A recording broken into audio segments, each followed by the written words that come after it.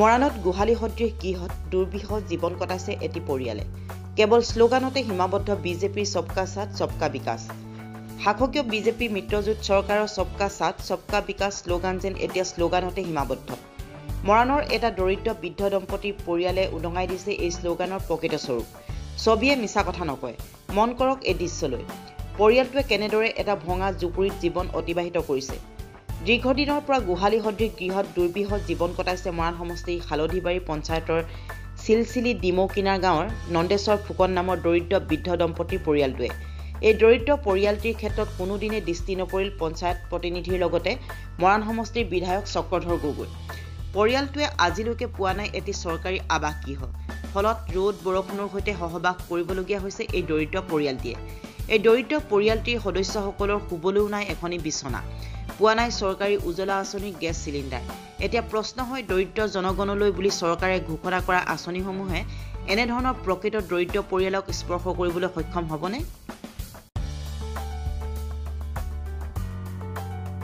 চৰকাৰী মানুহ কোনো নাই, মোক কোনো নাচায়। মোক ঘৰ লাগে, গোটেই তিতি চিতি মেঘাই চেঘাই গাজি গোটেইখন কাপোৰ লৈ মোৱাৰ কাৰণে মই শুই থাকোঁ। সেইটোৱে কৈছোঁ।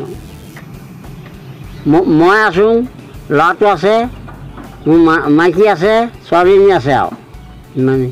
গোটেইকেইটা ইয়াতে থাকিবলগীয়া হয়? ছোৱালীজনী ইয়াতে থাকিবলগীয়া হয়।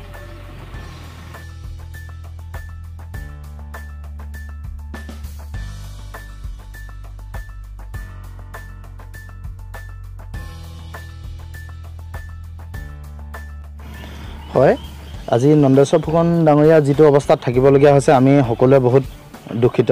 বাৰু আজি জনপ্ৰতিনিধিয়ে যিমানেই উন্নতিৰ শ্লোগান নাগাওক কিয় আজি সকলো ৰাইজে এইটো প্ৰত্যক্ষ কৰিব। আজি মানে কি হ'ল, জনপ্ৰতিনিধি আহে, ডাঙৰ ডাঙৰ ভাষণ দি যায়, বহুতো শ্লোগান দিয়ে, উন্নতিৰ আমাৰ আঁচনিবিলাকৰ কথা বহুত আঁচনি কয়, কিন্তু আজি এইজন নন্দেশ্বৰ ফুকনে একো আঁচনিতেই অন্তৰ্ভুক্ত হোৱা নাই। তেখেতে একো পাবলৈ সক্ষম হোৱা নাই। আজি তেওঁ টিউবৱেলৰ অৱস্থা বেয়া, খোৱা পানীৰ অৱস্থা বেয়া, এইটো ঘৰ আজি যিটো জৰাজীৰ্ণ অৱস্থাত আছে, আমি বহুত দুখ পাইছোঁ।